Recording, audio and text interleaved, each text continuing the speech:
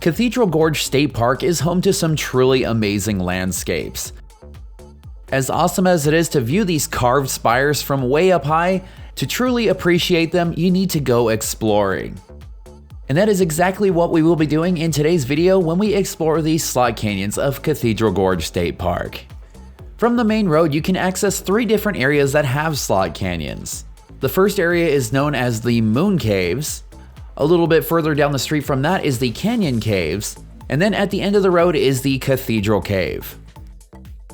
We will be starting off at the Moon Caves, and it's actually divided into 2 separate areas. There is the large parking lot a little further down the street, or there is another parking area near the pay station. Out of the 3 different sections, this one probably has the widest area that you can explore. After passing the pay station, we hung a right and made our way all the way down to the far end of the spires. There isn't really a dedicated slot here, more like a series of slots. Some of them are skinnier than others, and other ones may require just a little bit of scrambling skills. One thing that I would definitely recommend is leaving your backpack at camp. We needed ours because that's how we carry all of our cameras and batteries, but it definitely did not make things any easier while navigating our way through.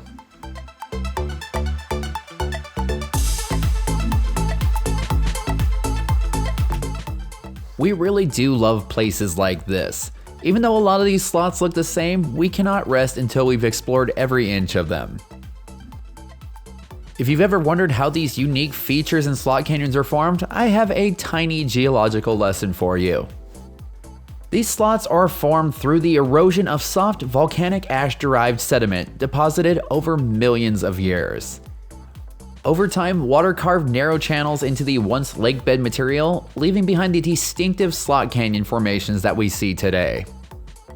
Essentially, the canyons are remnants of an ancient lake that dried up, leaving behind the easily eroded volcanic ash layers.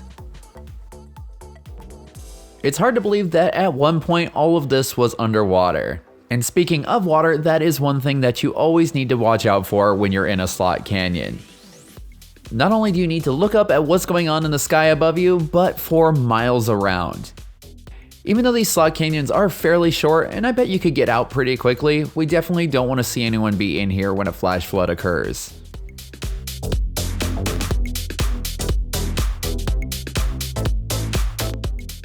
If watching this video makes you realize that you are a massive fan of slot canyons, you should definitely check out our video about doing the only via ferrata in the world that takes place in a slot canyon.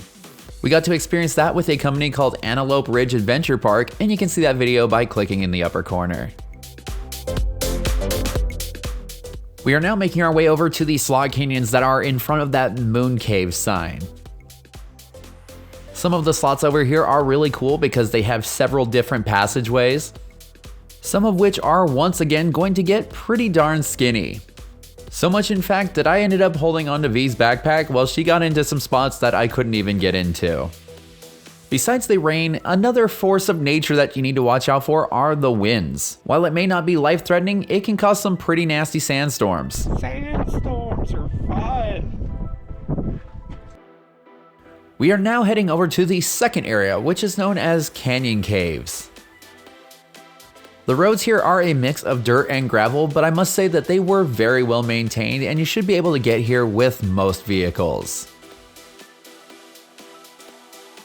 Some of the slots that you will be finding here run quite a bit deeper than the ones over at the Moon Caves. The only challenge that we had when we went is that with the windstorms that were going on, we had to vanquish the evil guardians, aka the tumbleweeds, before we could go in.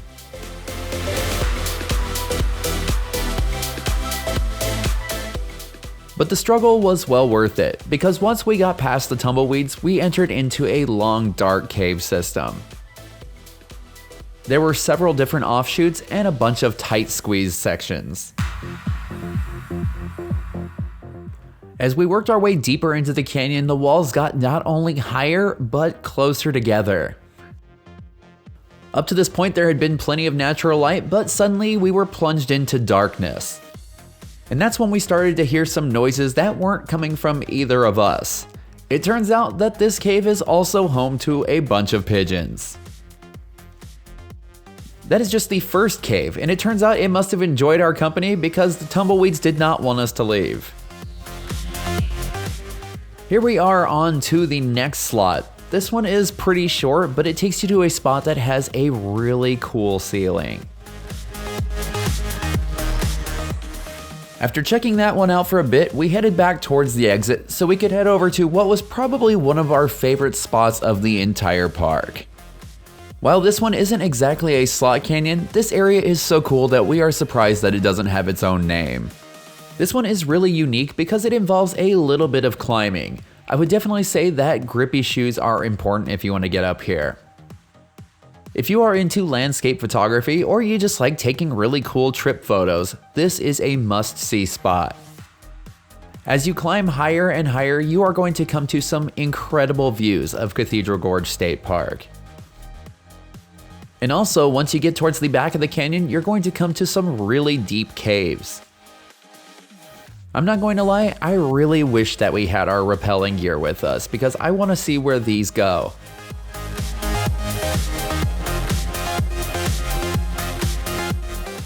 There is also more amazing views and another cave on the opposite side of the canyon from the first cave.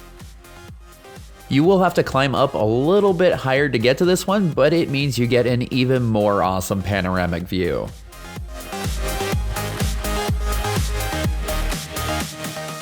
This cave didn't seem like it went anywhere near as deep, but we would still like to rappel down there and check it out.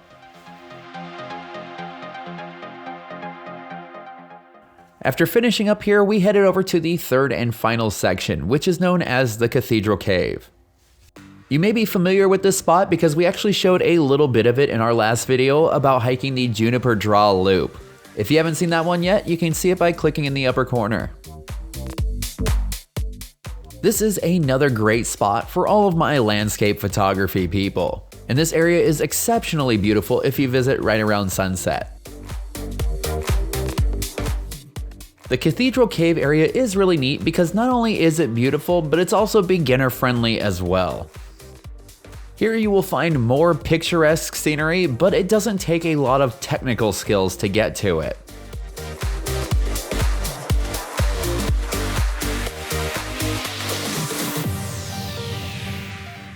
If you are trying to capture your trip and you want to get the best footage possible, I highly recommend visiting either early in the morning or in the evening.